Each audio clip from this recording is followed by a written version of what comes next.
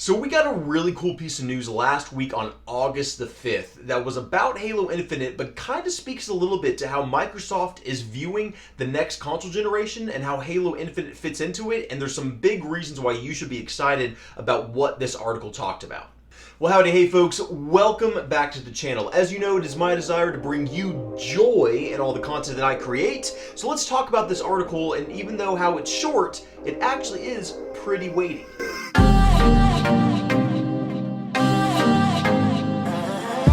By IGN's Alyssa Judge, of which the link to the article is in the description below, but she writes in the article essentially stating that Microsoft and 343 are committed to being sure that Halo Infinite is not a second-rate game on the Xbox One. While the title is being released alongside the launch of Microsoft's next console, currently codenamed Project Scarlet, according to the article, 343's Halo franchise development director Frank O'Connor said in a conversation with YouTuber BlackMist523, obviously the special citizen for Halo Infinite will be Scarlet, and we've worked with that hardware team to make sure that the game shows up amazingly on it, but it will also be for Xbox One and it will look incredible. Frank goes on to continue to say, quote, "The Xbox One is not going to be a second-class citizen. We're building it so it plays and looks fantastic on Xbox One." So why is this important? Well, for a couple of reasons. Reason number one, you don't have to rush out and buy the brand spanking new console. This is huge for gamers.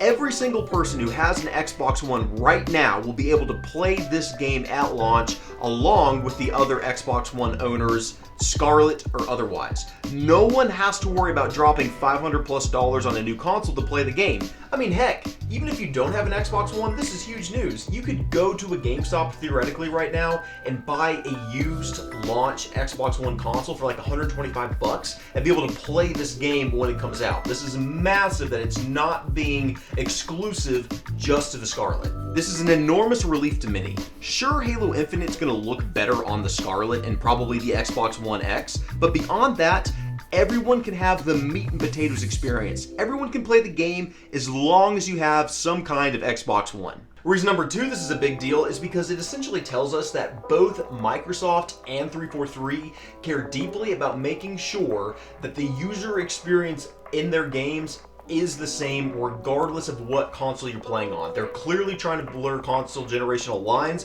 and that's huge. 343 has already created a ton of goodwill with Halo MCC and their continued development support of it by bringing Reach to it as well as bringing the whole package to PC. Now with this article, a full 16-ish months prior to the launch of Halo Infinite, they are making it clear that they are valuing all Xbox One owners with the next Halo. Nobody's getting left behind here. They want all Spartans on deck for this next game, and that is just it should make every Xbox owner anywhere feel just great. This is exactly what you want from a developer to make sure they are putting the player experience first, and this is a huge step in that direction. The third reason you should be excited about this is this speaks to Microsoft's commitment to building an ecosystem that includes several different consoles across a couple generations and making sure that the user experience is fantastic regardless on what console you're playing within their now very clearly gamer-focused ecosystem.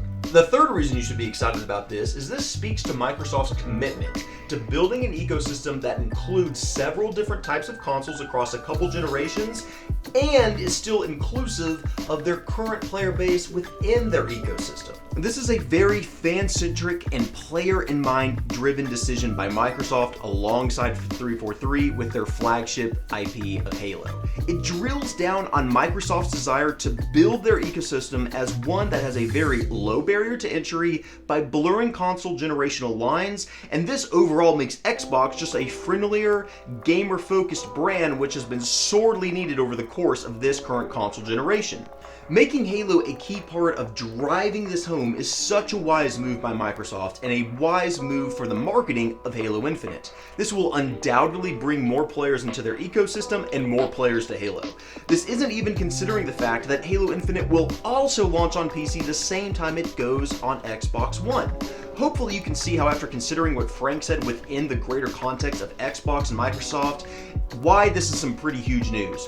What do you think about it? Will you be playing Halo Infinite on a current gen console, or will you be picking up the Scarlet when it launches, or are you going to be playing it on PC? Let me know in the comments below. Hey everyone, thanks so much for watching. If you enjoyed this video, then I would invite you to leave a like, as well as consider subscribing and hitting the bell if you'd like to see more content from me.